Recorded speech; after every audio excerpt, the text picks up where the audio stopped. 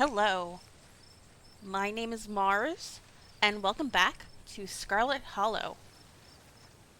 We are kind of at the tail end of Chapter 1. Gretchen is unfortunately no longer with us. As you can see, Stella is without her usual,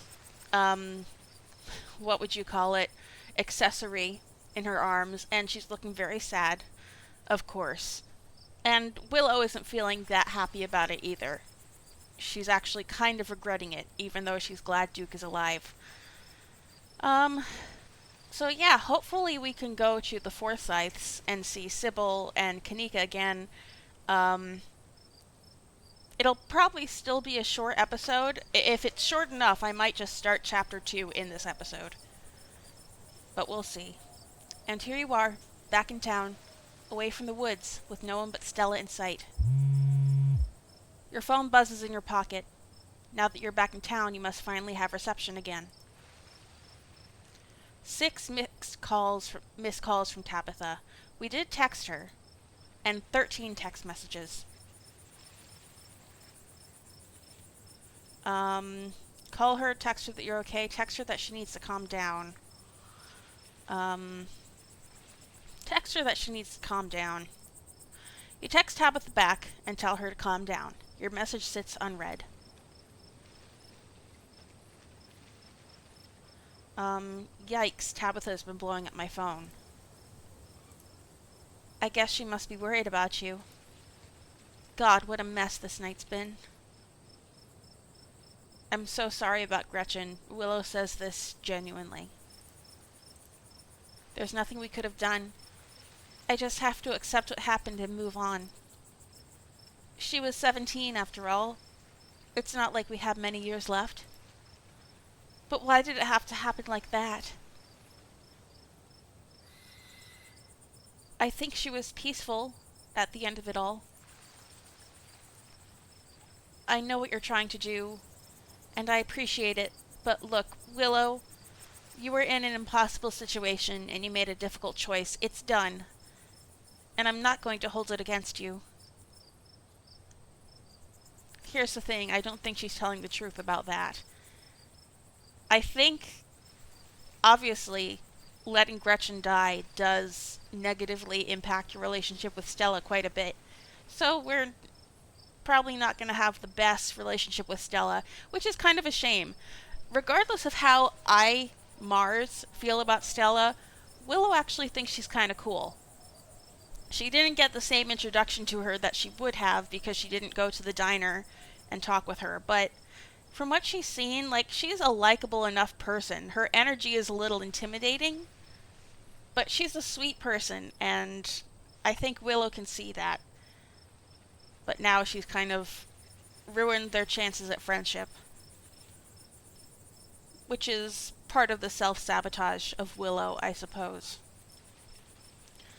Neither of us needs to go back and relive that moment. We should call the cops, right? Nah, we're street smart. We don't call the cops. What happens now? We've got to find out more about those things. The library doesn't open for a while, so any real research will have to wait until the morning. That being said, there is someone in town who might have some useful information. My friend's mom. Her place isn't far. We should head over now before it gets any later. Sure, why not? Let's keep this nightmare going. Let's silently follow. You silently follow Stella back to town. I hope she's still awake. This is new art. You've been here, of course. The general store. Though it's currently closed, its large windows dark. Willow. Jesus. Hi, Wayne. You and Stella turned to see a shadowy figure staring at you from across the road. You didn't hear it approach. Have they updated his art at all in this scene? You notice he's not wearing the sheet yet. I think maybe his body isn't as decomposed as it later would be. Because this is obviously a reanimated corpse that he's inhabiting. I feel like this art is different somehow. I don't know. I don't know necessarily. There seems to be a more stark outline around the head. You and Stella turn to see a shadowy figure staring at you from across the road. You didn't hear it approach. Welcome home. Before you can respond, the door behind you swings open. An older woman stands in the entryway. Go home, Wayne. I can't help you tonight. You look back and the figure is already gone, disappeared into the shadows of the night. I'm sorry about that, Stella. Some people just can't be helped. What brings you out here so late? And who is this? Hi, Mrs. Forsyth. This is Willow. Is it okay if we come in? Of course, you're in luck. I just put on water for hibiscus tea. And for goodness sake, you can call me Sybil. You're an adult now after all. The woman takes you through the general store and into a door that had been closed on your previous foray into town. It's a tea room. The atmosphere is warm and comforting. The air infused with a pleasant scent of slowly decaying plants and damp herbs makes me want a sip of tea. I will take one. Here's a fun fact about Willow that makes her quite different from me in some way. She hates tea. She's not a fan. No particular reason, it's just not for her. So, she's gonna avoid it if she can. Welcome to my little nook. It's nice to finally meet you, Willow. I was so sorry to hear about your mother. Vivian was such a lovely soul, and she's been sorely missed in the holler. And now poor Perlan is gone as well. Okay, so Willow also immediately doesn't trust Sybil because she's speaking positively of Vivian. Sybil and Vivian used to be friends. I believe Vivian and Joan used to be friends as well, Dr. Kelly. So Willow has problems with how these women treat their children, which she doesn't know about yet. She had a iffy relationship with her own mother. Vivian wasn't abusive or anything, but they walked on eggshells around each other. And seeing Sybil and Joan treat their children even worse than that makes her dislike them very much. But from the get-go, she doesn't like the fact that they were all friends with her mother. So she immediately is not a fan of Sybil. Do let me know if there's anything you need while you're in town. Who is that outside? Most important question. Just a very sick man. You don't need to be worried about him.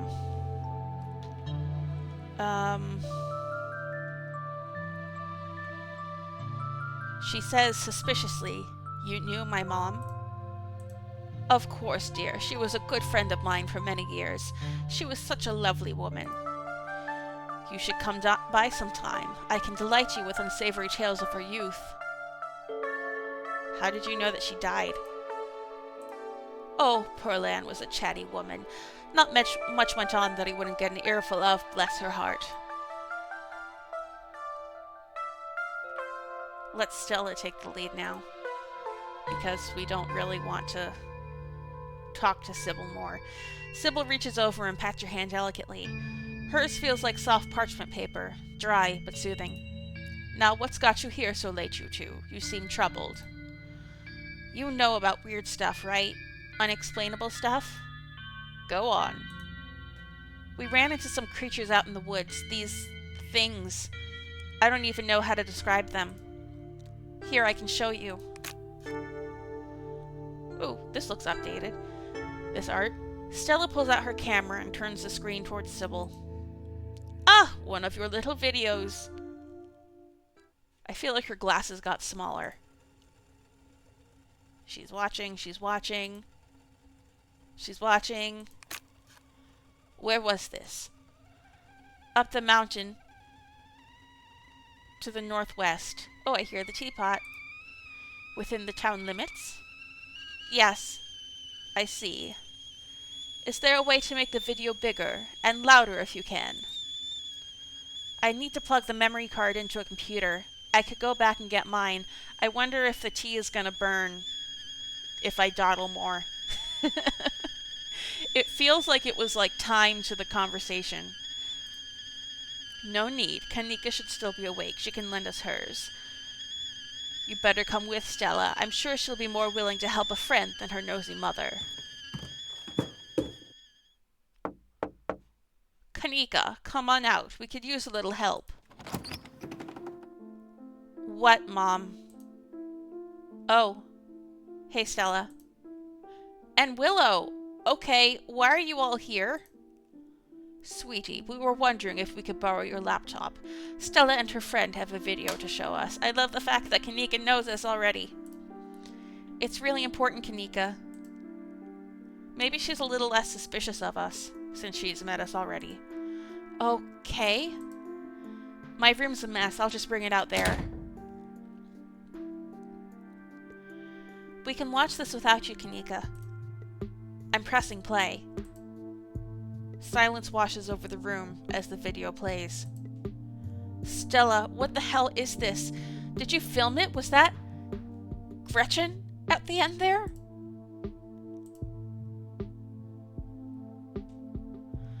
Stella, where's Gretchen? Should we say it's my fault?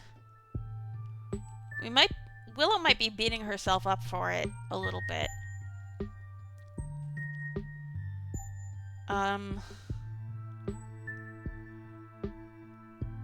It's my fault or she didn't make it. I don't want to be like she's dead. That seems a little too blunt, but... It's my fault. I could have stopped those things from grabbing her. I shot her, Kanika. Those things... They put something in her, and I wasn't about to let her suffer. Stella, I'm so sorry. It's okay, I'm fine. I just want to know what did this to her. My grandmother used to talk about pale creatures called ditchlings. She always said they were a terrible omen, a sign of suffering to come. Mom, come on. Whatever's doing this is serious. Stop scaring Stella and Willow with this tailypo crap. Kanika, sweetie, let your mother talk. She always said they never hurt people despite that grisly scene in the woods. Just as birds flock before a storm, the ditchlings congregate where tragedy is soon to fall. To see so many in one place. Sybil holds her silence. Jesus, Mom, haven't they already been through enough? It's okay, Kanika. This is helpful. I feel like Kanika's gotten a lot of updated sprites as well here. I love it. I love it. I don't know if it is. Okay, let's focus on what we know. Whatever they are, they're doing something to these animals. You saw that nest. What were those growths? Okay, at this point, we mentioned talking to animals because the danger was so high we felt like it wasn't I don't know, I'm trying to get my words together. We felt like it was important enough information to share in the moment and we weren't really thinking because the danger was so high. Now that we're out of that adrenaline-inducing situation a little bit, I think Willow would hold back a little bit more about being honest about talking to animals. But let's look at these options anyway. The animals called them gardeners, not ditchlings. Maybe that's what their real name is. Gardeners. The creatures. Interesting. All of the infected animals we met felt like they were going insane. Oh, 1 second. I have an alarm going off. I need to go get that. Okay, I'm back. Alright, what should we say? As much as I want to agree with Kanika, I don't think Willow, who can talk to animals, would argue that magic doesn't exist. Maybe they're making more of themselves. Do we want to be smart about it? It's not admitting it's magic. It's just positing a theory. I think we're going to keep our talking to animals to ourselves. And we're going to say maybe they're making more of themselves. You know, you have a point there. Did you see all of those open runes in that spiral nest? It's like they were incubating in the local wildlife. There weren't any growth there, so maybe we're looking at some sort of parasitic larval stage, like really big doughy wasps. Yeah, this is definitely a new sprite, and I love this expression on Kanika. She looks so soft and concerned. I love it. It's really sweet. I love her. Oh dear, I'd forgotten entirely about the tea I put on. Let me fix you up a couple of cups. It'll help soothe your nerves. It's burnt by now. I know it's herbal tea and it doesn't really burn like black tea does, but come on. I don't know. It's getting late and I should let Willow get some rest. I don't think she even meant to wind up in the woods tonight.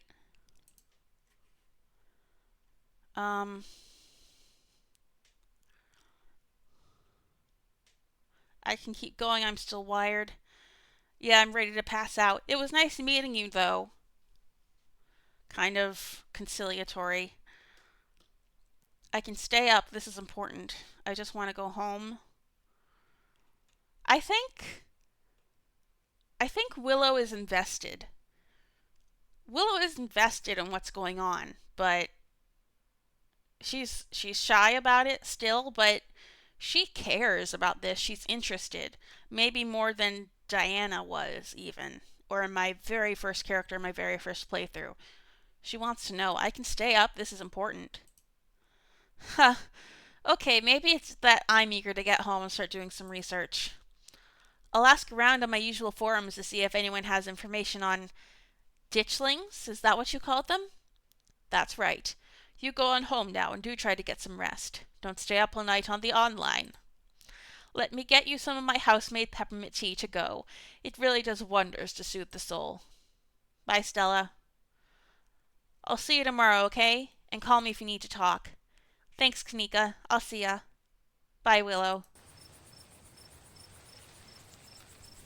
It's excellent iced or warm, though with the nights getting chillier, warm will probably be best. Helps wake up the bones. Be careful out there. Both of you. What was that about, Sybil? Sybil turns and closes the door behind her. Alrighty, let's call it a night. Mind walking me home? Well, this is me. Are you good finding your way back? Nod. Cool. I'll see you around. Yeah, we're in this together. Yeah, we are. Stay safe. You begin the long hike back up to the Scarlet estate alone. Almost home. Your salvation in sight, you make a mad dash to the door. You notice Stella didn't even give us an option to stay with her there. We could have pushed her, like, you said I could stay the night. I don't want to go home. I'm too scared. But Stella doesn't like us because we killed her dog, basically. So that's why we didn't even get the option. Try the door. Oh, thank God, you're back. Where the hell have you been? I like this better than the old way this played out, where you crack open the door and then it's just Tabitha's angry sprite right there behind her. Right there behind it. I can't talk this morning. God.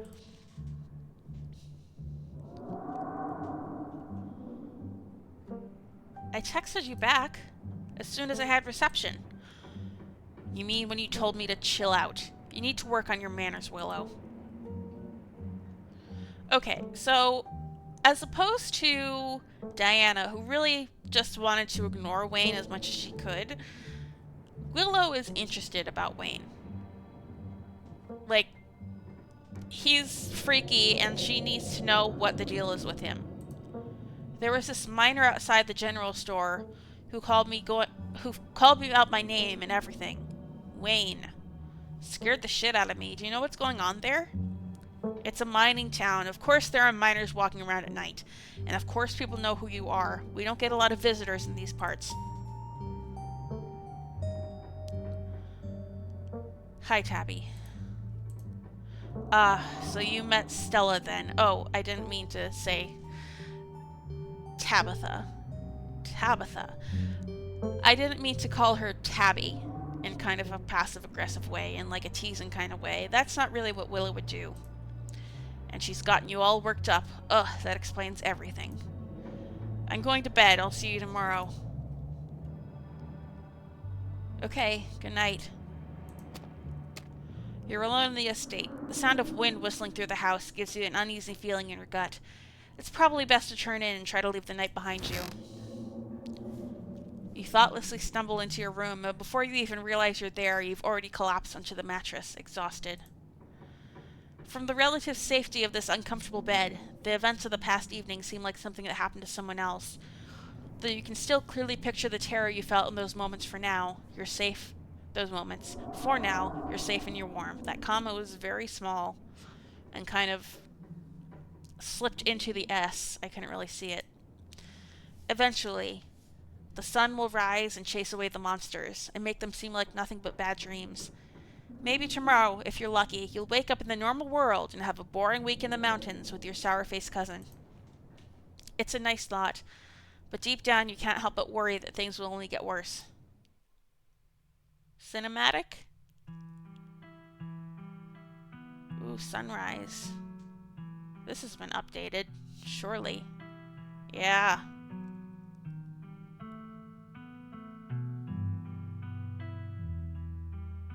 Oh, I feel like the light on the back of the statue has been updated too. Yeah. This is all updated. I love it. Same sequence, more or less, but crisper animations, more lively animations.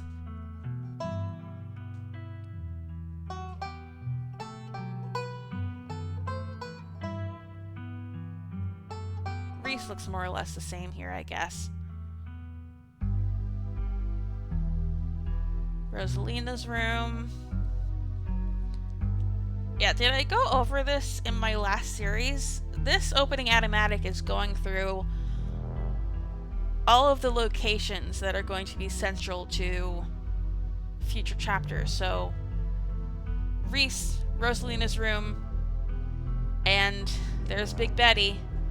Presumably the farm with Big Betty, there's the mine, and the church with the alpacas. And now, of course, the estate. I think that's 7 locations. The writing is pretty much on the wall that the farm and the church are going to be the next 2 major locations in the game, and then the estate will probably be the final one. There's some discord about whether the farm or the church will come first. I have my reasons for believing the farm will come first, and then the church, but I'll get into those when they become relevant.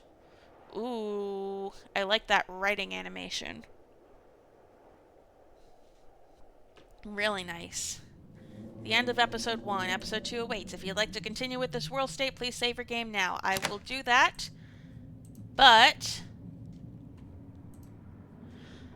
I think we're only like 25 minutes into this episode. I said if the end of chapter 1 takes less than 30 minutes, then I will continue a little bit into episode 2. And it's just barely under 30 minutes, but it's under 30 minutes, so we're going to keep going a little bit. Recap? No, we literally just saw it. You open your eyes. The sun has risen, the birds are singing, you are still alive, and for now you are safe. Your gaze wanders across the room to the window and the woods beyond. You wonder if the monsters are lurking there right now, just beyond the trees, ready to pounce as soon as you leave the crumbling estate. A familiar unease settles into your gut, tangling into a knot of anxiety, wriggling as the events of last night play out in your head. You can't help but remember the sight of pale faces jeering at you as they carried Gretchen's poor little body into the underbrush. You're not sure if you'll ever feel okay again after what you've seen, but you can't stay in bed forever.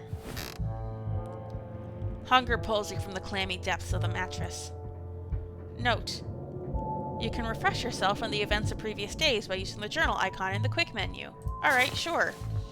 Let's see what is here. Refused boiled peanuts, met Dustin, snuck into the forbidden wing, stole some of my cousin's ice cream, but very sneakily. Was attacked by a mountain lion and saved by Duke. Lost Gretchen to creatures in the woods and watched Stella put her out of her misery. Mechanique and Sybil, that's the same. Returned to my cousin's estate before going to bed. I feel like this is much longer than the Monday Major Decisions track has been in the past. I feel like it used to be like 4 bullet points.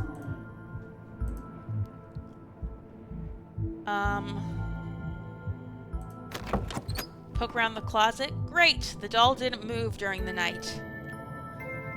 We're just kind of dilly-dallying, not really wanting to leave our room, even though we're hungry. Maybe it isn't haunted after all. Though after everything you went through yesterday, that's hardly a consolation. Check on Dustin. You open the drawers to check in on Dustin. Oh good, he's still here. He's not playing dead anymore. Human is back!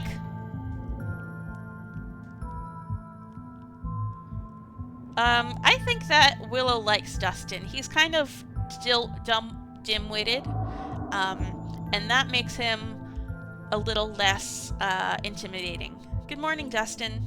How are you today? Dustin, feel good. Have productive night. I see you have a bread now. Yes, Dustin found a bread. Dustin also ate a bug last night. Good night for Dustin. Very productive, buddy. Have you met Frou-Frou? Monster. Can I talk to you about something horrible that happened last night? Human can always talk to Dustin. What happened? The woods are full of big scary monsters. Let's not talk to him about the dog dying. Dustin understand. World is full of big scaries. When Dustin gets scared, Dustin pretend to be dead. Good advice for human, maybe?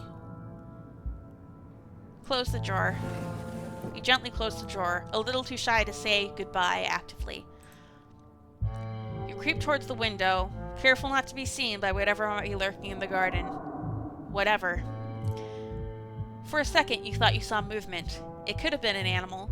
It could have been something else. Whatever it was, it's gone now.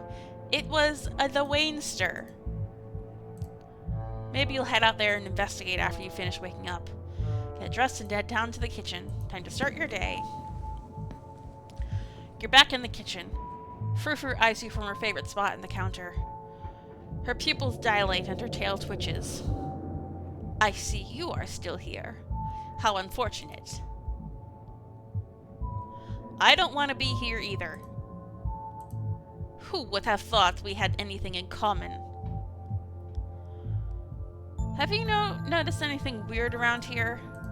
We ran into these horrible things in the woods last night, and silence. Do you know what time it is? Quiet your awful little mouth. Your voice is the only horrible thing I have witnessed as of late. Hey. You sure took your time getting up. So, there's an achievement for telling Frou-Frou that Gretchen died. It's like the evil has been slain or something like that, because Frou-Frou and Gretchen do not get along. Willow doesn't want to talk about that, though. She still feels very bad.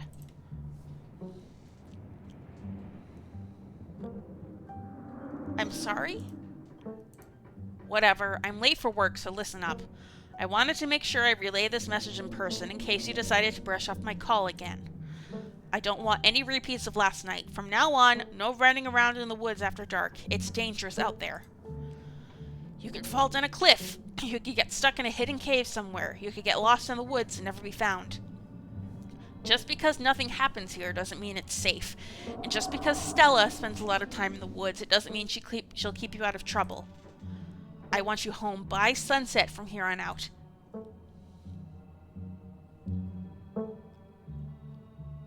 I tried getting home by sunset. I was just attacked by a mountain lion. Then get home before sunset.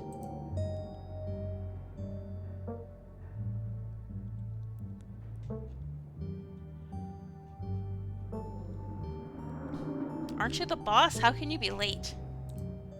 How can you be late to work if you own the mines? Just because I own the mines, it doesn't mean I don't have responsibilities. If I'm late or if I don't show up, then things aren't done right. Sure, whatever. I'm late enough as it is. I'm going to work and I expect to see you here at sunset. Tabitha takes a few steps toward the door. Sunset. Your cousin huffily exits the kitchen. Her footsteps fade down the hall, ending in the characteristic creak then slam of the front door as opens and closes behind her. Once again, you are the only human in the estate. It seems you make a habit of bad first impressions, no? The cat chuckles mockingly. Time to start your day. Investigate the garden. You shudder, remembering the brief glimpse of something you saw from your upstairs window. It was probably just a raccoon, but the uncertainty of what you saw gnaws at you and compels you to investigate, if only to prove that it was nothing. At the very least, you don't see anything now. We're curious. You wander further into the garden, trying to pinpoint the spot where that thing had been lurking, if indeed there had been a thing to begin with. The garden is peaceful, but undeniably eerie. Here, more than anywhere else, you're surrounded by the ghost of what this place used to be. A greenhouse sits in the midst of the overwhelming greenery, unreachable from years of neglect, its glass clouded and cracked. Statues reach out from within seas of weeds, as if begging to be rescued.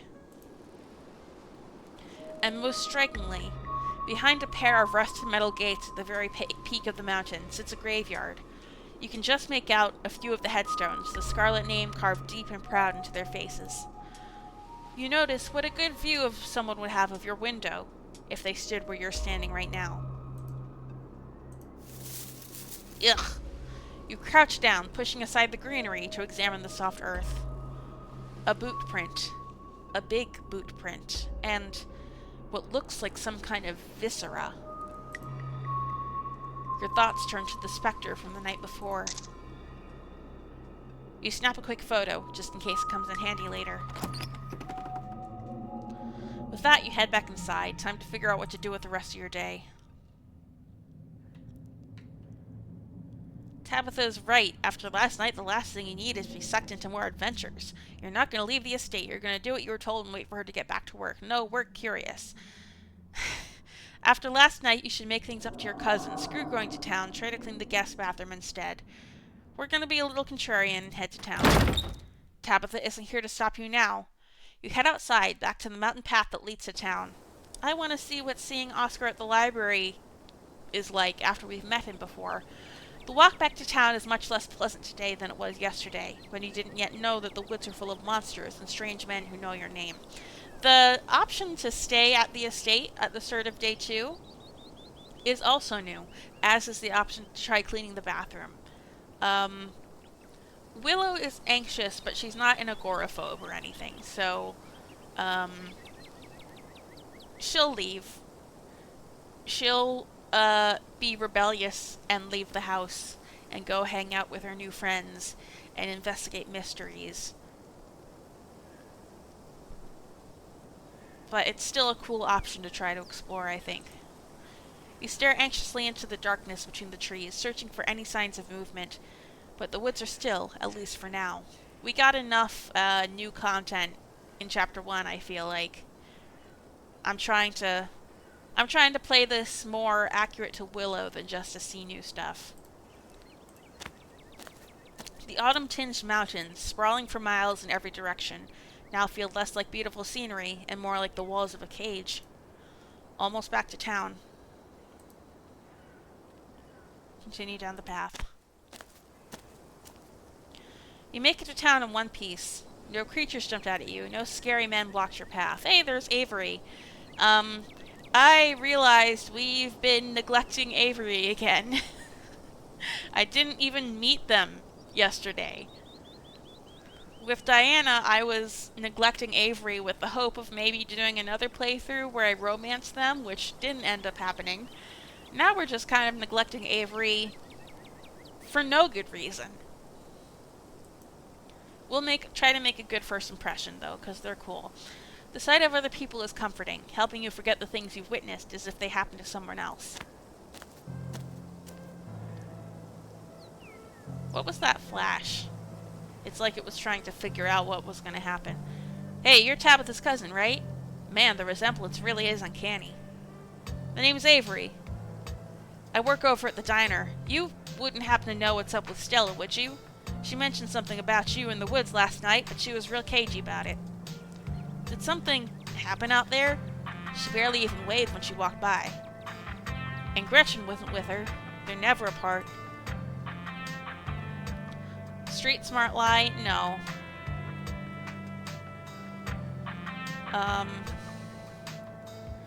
We can lie. Do we want to make...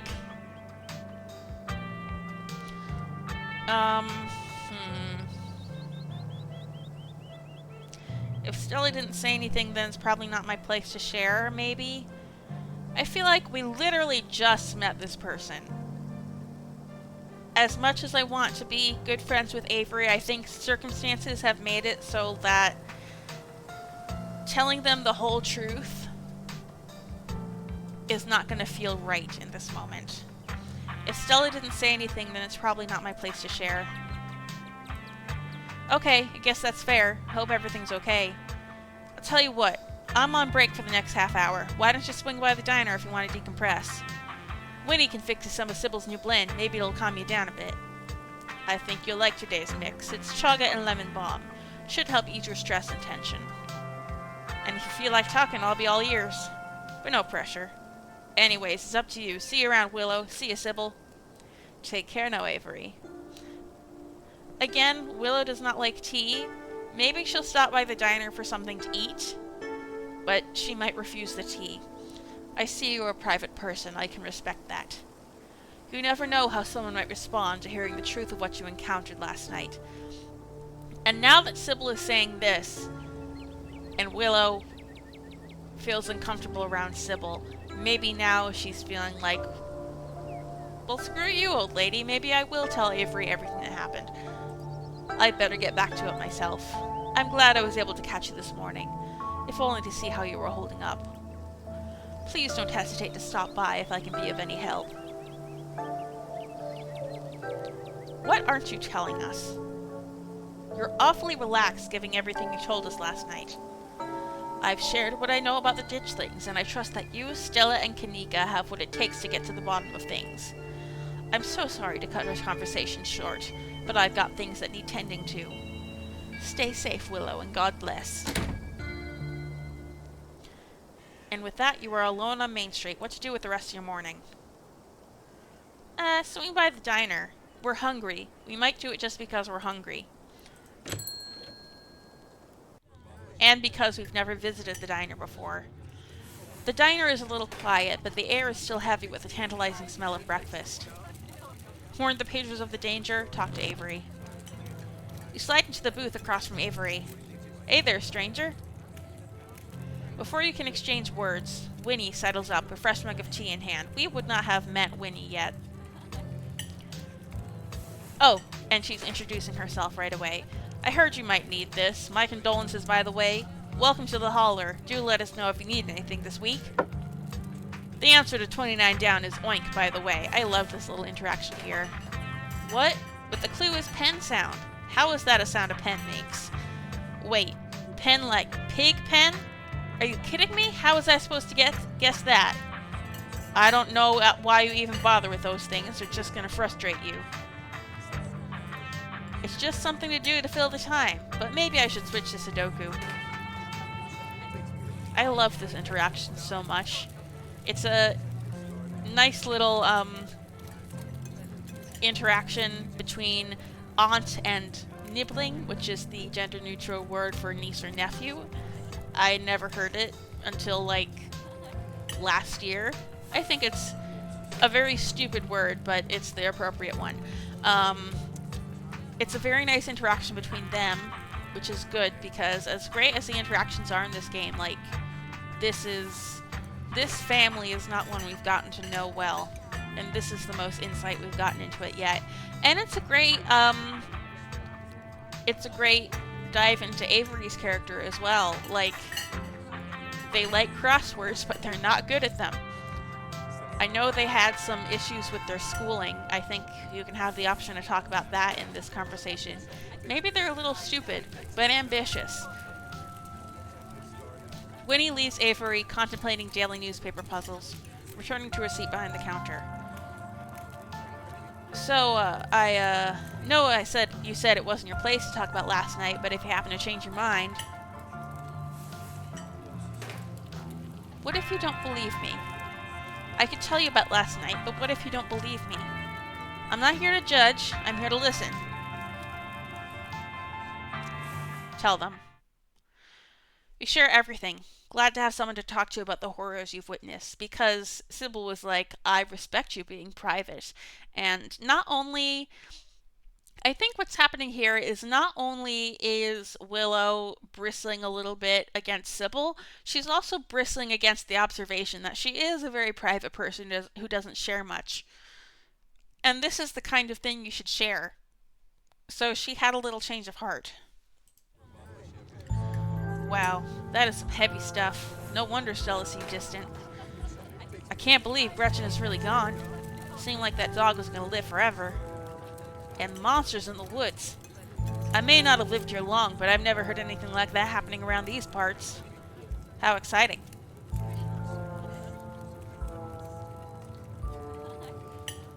Do you regret moving here? Winnie doesn't like that. I don't think I have the choice to have second thoughts. I'm not going anywhere without Aunt Winnie, and there's no way she's leaving this place. I hadn't pegged you as a transplant. Where are you from?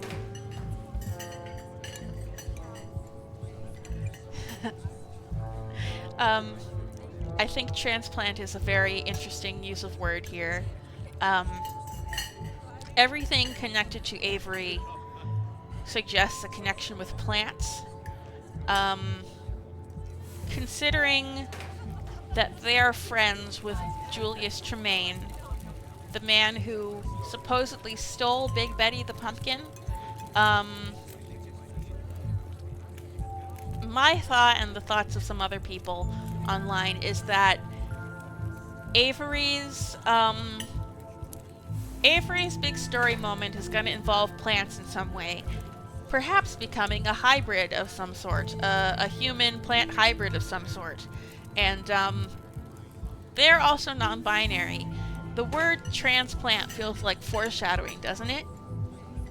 So yes, plant person. Plant person Avery, I think that's what's going to happen. And every time this line pops up, it tickles me. Because I'm like, I think I see what they're doing. I moved here from Charlotte, gosh, 3 years ago now? Maybe a little more. I've lost track. Aunt Winnie offered me a place to stay and a job, and who was I to pass in that sort of generosity? To be honest, it still feels like I just moved in. Practically everyone apart from the Cole folks grew up in this town, so it's like I'm the perpetual new kid. Don't get me wrong, folks here are plenty polite and friendly, but there's a shared history I'll never be a part of.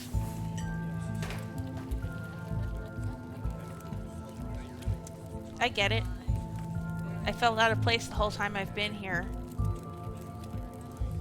Folks on the whole have been pretty friendly, but life here is so different than what I'm used to. It's hard to explain, but I just don't feel like I belong. Exactly. There are worse ways to be, but I'm not sure I'll ever entirely feel like I belong here.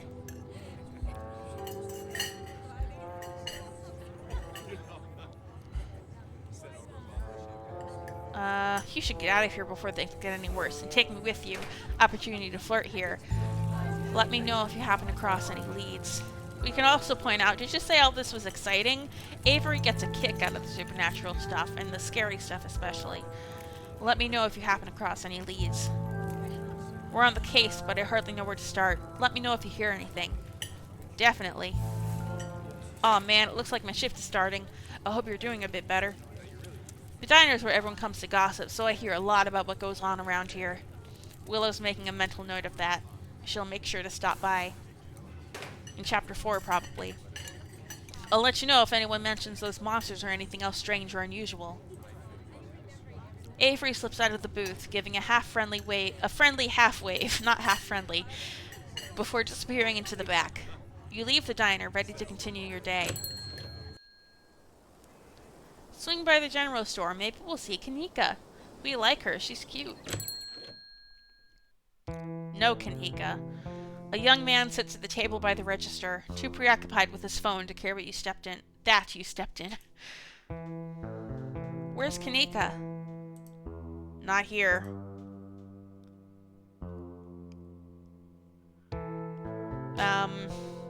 I think we're just gonna leave. Kanika's not here and we don't want to talk to this kid, so we're just gonna leave. We turn around and leave the general store. Head to the library. You enter the former town hall. It's quieter today, distinctly missing the precedence of yesterday's 3 teenage girls. Oh, hey! Shush, Stella? No, we're not going to shush her. You've got nothing better to do right now. Might as well join Stella. Oh, Stella didn't even text me this morning. Usually that's what she does here. You head over to Stella's table and settle in. Is that because she doesn't like me? Is that the only reason why? Fancy seeing you here. We're trying to research the creatures we ran into last night if you want to join. Sybil said she was waiting for you to get into town, so I assume you're all cut up on the Ditchling stuff. Morning, Willow. You look tired.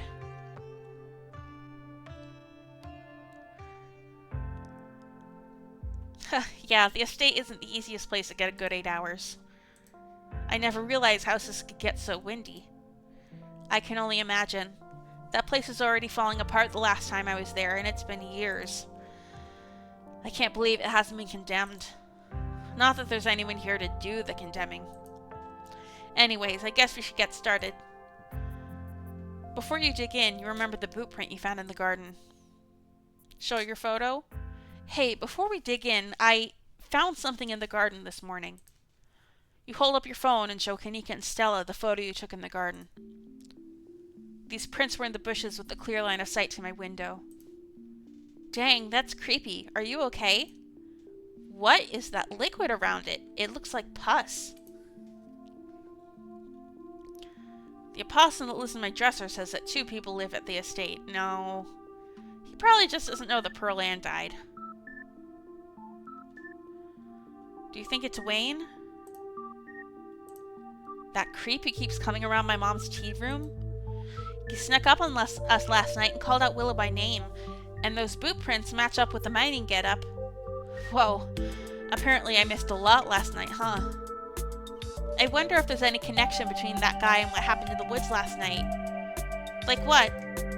I mean, I don't have anything specific, but we do have that whole prophecy of impending doom angle to explore, and this photo is weird. I can't stop thinking about those splatters on the ground. If he's sick, maybe it's from the creatures you encountered. Hey there, strangers. Hey, Oscar. This is Willow, Tabitha's cousin. I've actually already had the pleasure. We had an excellent conversation yesterday, though I think it might have gotten a little bit heavy for my daughter. Though speaking of Rosalina, none of you have happened to see her around town this morning, have you? I don't want to be a helicopter dad, but she hasn't been answering my texts, and I wanted to make sure she isn't getting into trouble out there. You know the crowd she hangs around with. They're good kids at heart. I'm sure they're just up at the old Maxwell place doing teen stuff. I went up there plenty of times in my day, but I'll be sure to keep my eyes peeled. I don't think I like the thought of teens getting up to mischief with all those ditchlings in the woods. What's the old Maxwell place? It's this great old abandoned spot, and it's practically a magnet for young people. Even honor students aren't free from its call. I can't believe I used to be so reckless, honor student. The floors there were like Swiss cheese. I should really have a talk with Rosalina when she gets home. Kids are smarter than you think. She can take care of herself. Oh, if things go the way they did last time, I think, when I played Willow. I think Rosalina is not going to be a fan of Willow, which is also a shame. Just like Stella, Willow likes Rosalina. She thinks she's a great kid, but who's just gotten in with a bad crowd. And she wants to advocate for Rosalina sticking up to herself and being independent, but it's gonna backfire. Kids are smarter than you think. She can take care of herself. You might not want to let her run off like that anymore, though. It's not as safe as it usually is around here. Is that so? Kanika's right. There's some weird stuff going on out in the woods. That's actually why we came in today. Have you ever heard of creatures called ditchlings? They apparently show up around places on the brink of disaster. Sorry, and they kind of look like if the Pillsbury Doughboy was a creepypasta. Gonna take another sip of tea. Can't talk. Kanika's mom told us about them last night after seeing some footage we got in the woods. Ditchlings? Doesn't ring a bell. Dang, worth a shot. Okay, if you were, say, trying to predict a horrible disaster that might befall our town, where would you start looking? Well, they say history repeats itself, so I'd probably try and figure out what sorts of disasters this region typically falls prey to. Should I be worried about something? I don't know yet. I'll be right back. Gonna nab some more books. I'm pretty sure Stella's barking up the wrong tree, Oscar. I don't think you have to worry about any horrible calamity befalling the town. But she's right about the weird stuff. There's definitely something unusual going on out in those woods.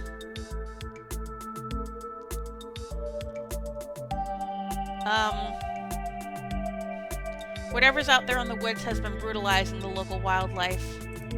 I don't think it's safe. I'm gonna try calling Rosalina again. I'm sure she's fine, really. Rosalina's a smart kid. She knows better than to go around getting into trouble, and will make sure to keep her eyes peeled. Well, if any of you run into her, would you let her know her dad is worried? Oscar anxiously wanders off, phone in hand. Got him! Just grabbed the whole mess of local history books. Stella sets a massive pile of books on the table and pulls up a chair. All right. This is going to be so much faster with the two of you here to help out. Got our snacks, got our books, get this research party started. Reading awaits.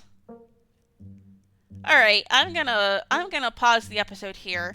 Last time, we had the book smart trait, so reading took a lot of time on the recording. I'm probably not gonna read nearly as much this time, just enough to, like, get the important things down. But,